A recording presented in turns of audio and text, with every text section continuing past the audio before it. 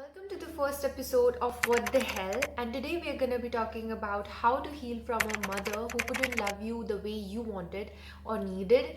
And also, it's not about blaming her, but more about freeing yourself from that toxic cycle. Okay, so the first thing that we need to do is acknowledge the pain without guilt. Write it down, yell it out loud that my mother couldn't love me emotionally that the way we wanted, and it hurts. That's not disrespect, but that is more like accepting what it is and also not blaming anyone. You can love her and still acknowledge the pain that you have. The step is grieving the version of her that never existed.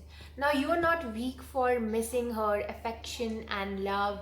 You are only human, okay? So, what we need to do at this stage is accepting what it is, like writing it down or crying out loud, feel everything that's coming forth, and also you are grieving the version of her that never existed, so it's gonna be a little hard and you have to feel it rather than removing it. Okay, so the third step would be reparenting yourself. Now you have to give yourself what she couldn't give you, right? So you can do this by affirmations, like for example, I am really proud of you, celebrating your little achievements. And other than that, you can say that you're safe now with me, the older version of you. Your inner child is safe right now. Also, you can do some nurturing for yourself, like whatever you like doing, like for example cooking a meal for yourself, probably drawing, painting, and bring out your inner child and be happy. And another thing is emotional safety. You can let your feelings be there without judging them. Fourth step that we can take is by breaking the cycle of criticism. Now, how do we do that? We might have internalized her voice, and that is that inner critique, that harsh inner critique, and that is not you. So, what we can do is we can start challenging those criticisms. Like, for example, if the old voice is saying you are not doing enough, then the new voice is saying I am doing my best, and that is more than enough. That is emotional reprogramming. We are literally reviving our self-worth. Fifth step that we can take is by setting boundaries without feeling guilty about it, right?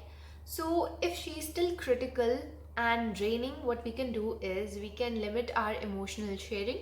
Other than that, what we can do is we can protect our peace by disengaging from any comparison, any sort of comparison, or probably like any guilt trips. Yeah.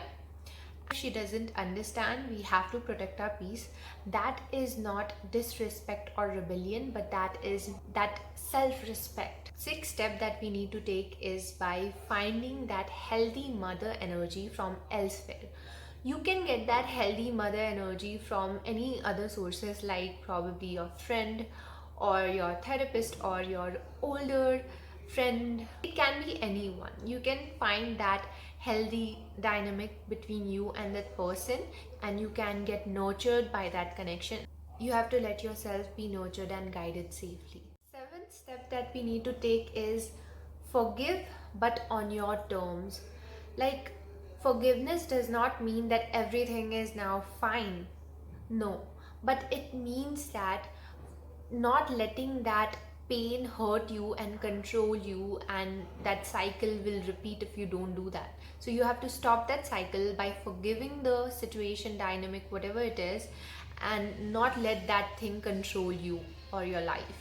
You forgive just to let yourself free and not to excuse her. So remember, last step would be rebuilding your trust in love.